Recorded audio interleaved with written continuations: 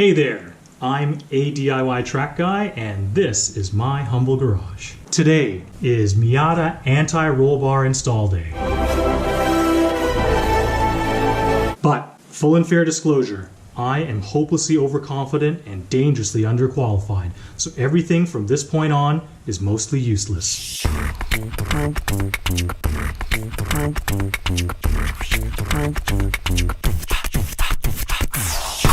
We got ourselves Flying Miata anti-roll bars, front and rear, and we have our Theory Motorsports end links of the adjustable variety, in that that's the only one they sell, and the sway bar brackets.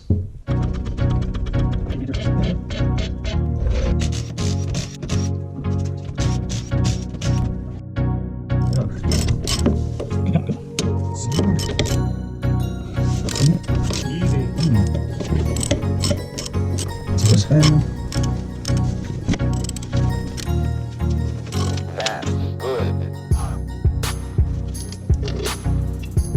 One stock end link. Yummy.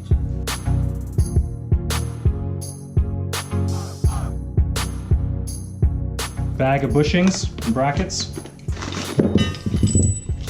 Thank you, Flying Miata, for this tube of lube.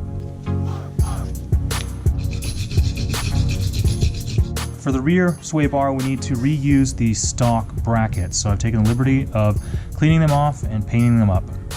They look pretty good.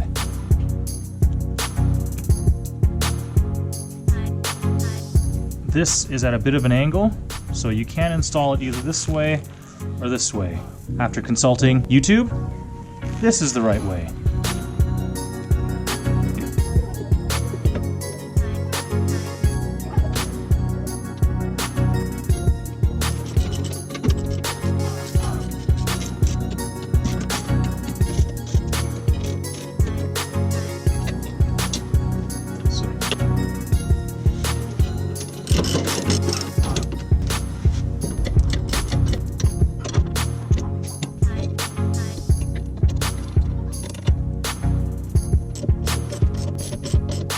Small note, it was hard to get the end link into this bracket, so I bent this ear here slightly to the left just to provide a little bit of clearance so I can get the hardware and fastener in.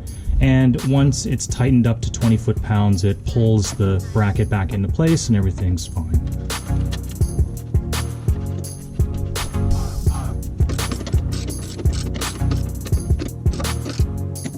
Before we tighten down the jam nuts, we're going to need to set the preload once the car is loaded, and also the location of this part of the end link on this heim joint, so that when it touches the outside here, it also touches the outside on the upper, and then if it rotates and touches this side here, this will also rotate and touch that side there.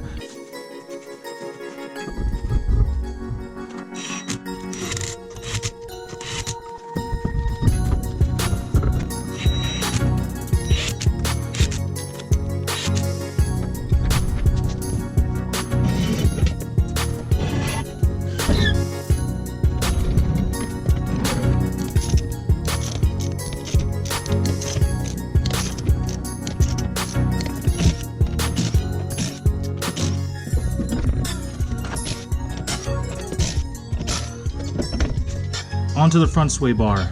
Here's our stock one here. Our end links are down here. However, to access it, we need to get rid of this plastic undertray.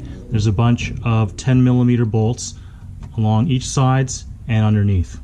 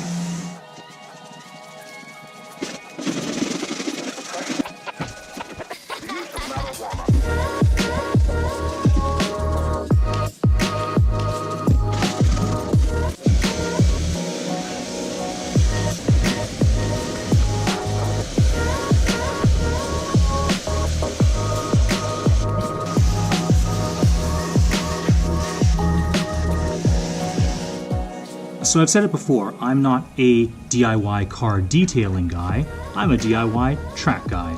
But I have to admit that these kinds of things do have an element of satisfaction to them. Taking something that's super dirty and making it cleaner. The wheel wells turned out pretty good, also still very dirty, but considering where we came from, much better.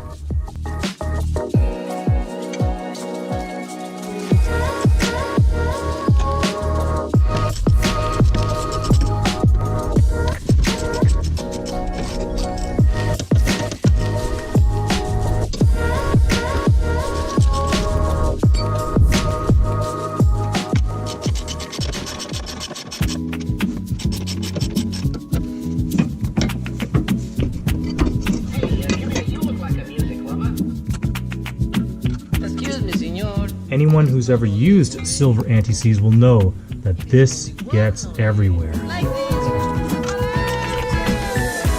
So Flying Miata supplies these sway bar bushings. You don't have to reuse the brackets, which is good. So let's just lube them up and put them in. I love this lubricant. It's really thick and it's gonna get the job done, I assume. Yeah.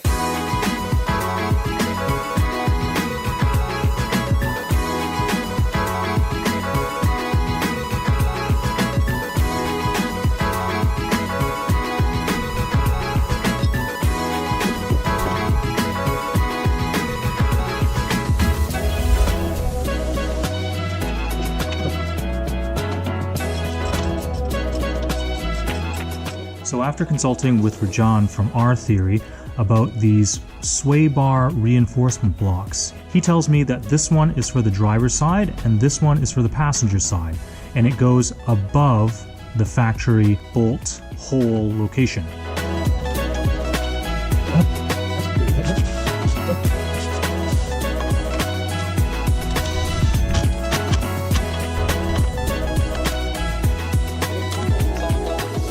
So this reinforcement block has a slot in it to clear the power steering cooler line. Slip this in, rotate this up like this. Lovely, lovely, lovely.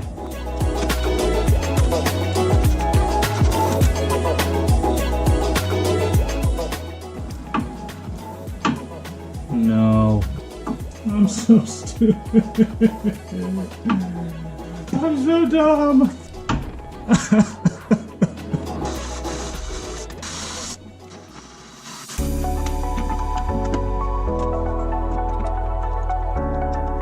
Sway bar has to be over the tie rod before you can install this.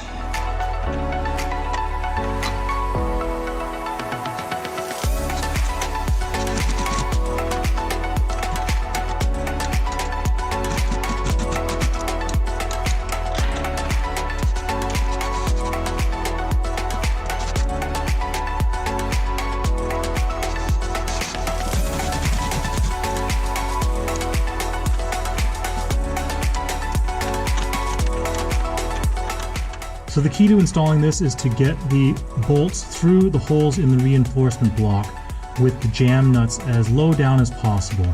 And then inserting these washers. There's a normal washer and a lock washer. And then once everything is tightened up down here to 20 foot-pounds, tightening these jam nuts. Now these ones are a bit difficult. This one here is easy. The one at the back is harder because there's not a lot of room to put a wrench on it. But it's doable.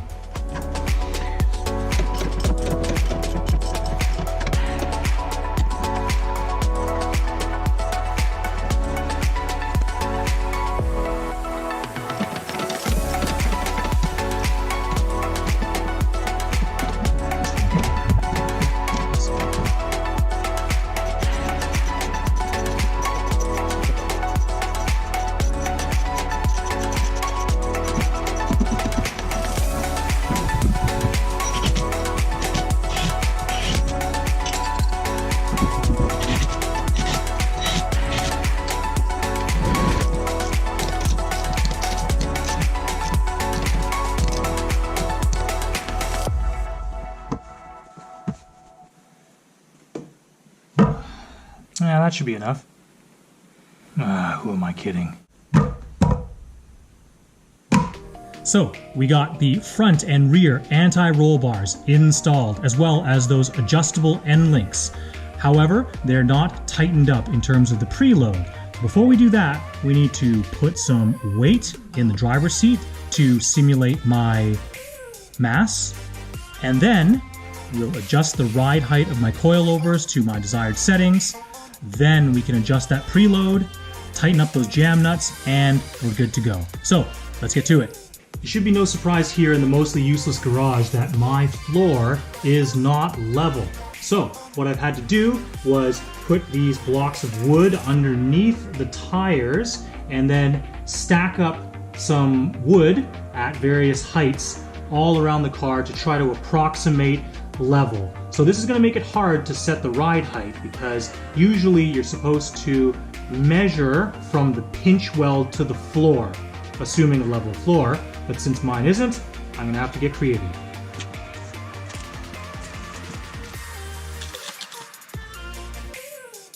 We got a front ride height of 4 inches, 3 3/4 inch. Reverse rake. Awesome. I do not have a coilover wrench.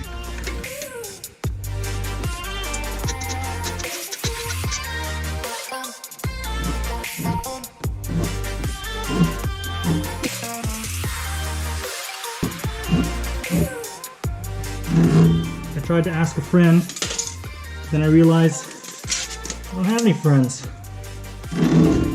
Oh, that's just destroyed it. Ah, my gosh. 1/2 inch. Okay.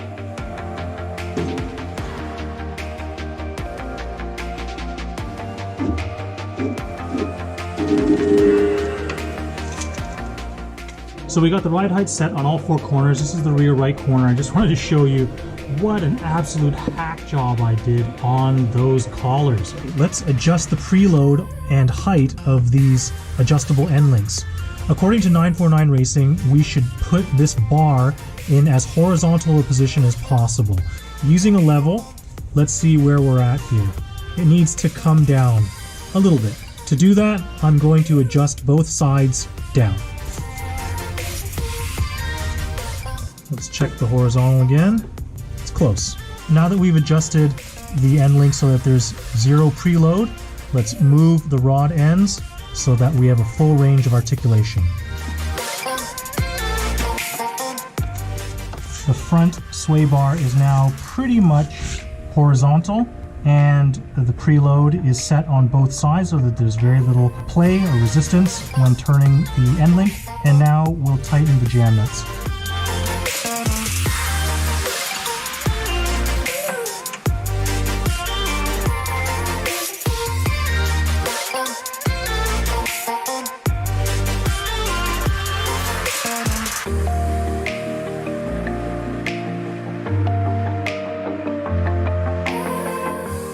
All right, let's wrap up this install. Best and worst. So the best had to be the products. So the Flying Miata sway bars and the R-Theory end links and reinforcement blocks, all great products. Those sway bars, I love the hammered finish. Reminds me of a 1970s fireplace poker. The R-Theory's sway bar end links, really well designed, lots of adjustability and able to dial in that preload perfectly. Those reinforcement blocks as well, very simple looking product, but perfect when it came to getting around my power steering cooler line, fit perfectly. The worst had to be how I screwed up the install of that front sway bar. So I installed it on the brackets, let it hang down, put everything, all the hardware in, and when I went to rotate it up to meet the end links, it hit the tie rods. So obviously that's on me, my bad, not a problem with the product, but that required me to take everything back out, rotate it up to the proper, past the tie rods the proper way, and then bolt everything back up again. The second worst thing was the reinforcement blocks come with lock washers and washers that go between the block and the bolt that goes through it. So there's very little clearance, and it's a bit tight in there where the sway bar bracket goes. So a bit of a pain getting the lock washer and washer in there before tightening it all up. And finally, worst thing number 3 was the number that I did on those coilover collars. I didn't have the right tool. I needed to use the coilover wrenches, and I don't have any.